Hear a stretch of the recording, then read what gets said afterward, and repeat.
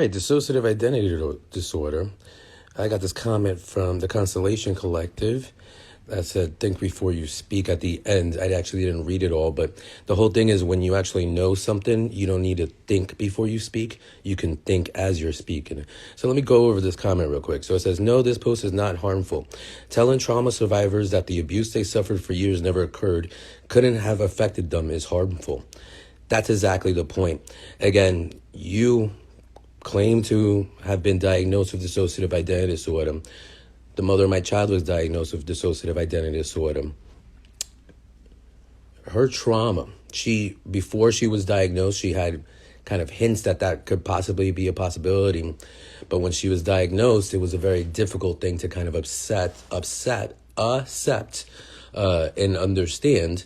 And she still isn't in treatment because of the fact that basically the people that are out there kind of claiming to have dissociative identity disorder and having these wonderful lives and everything's so neat and I know all my alters and check all this out is very different than what she experienced, but also what most people who have dissociative identity disorder that are not on social media have experienced. The fact of the matter is it's not something that it's not the type of disorder in which most people, including the person that I know who has dissociative identity disorder, would be seeking to have a social media presence about it simply because of how triggering even just being on social media is. But anyway, let's go through this.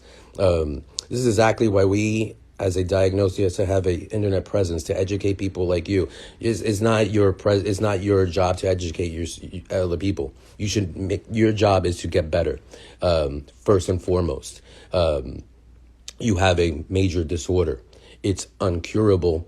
Most people who get diagnosed with that disorder, when they get diagnosed with that disorder, is because a crime has committed. Those are the facts about your disorder. So you don't need to be out there educating people. You really need to be out there getting better first and foremost. So anyway, people seem to think that it's okay to tell whether or not we experience trauma.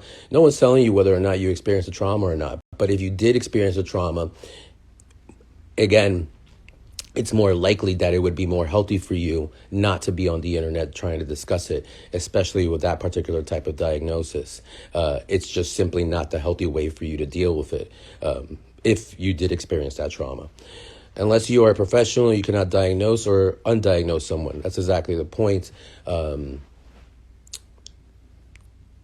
It's true, I can't, but people can. And if you have been diagnosed, there's still accepted and understood best practices and understood negative practices.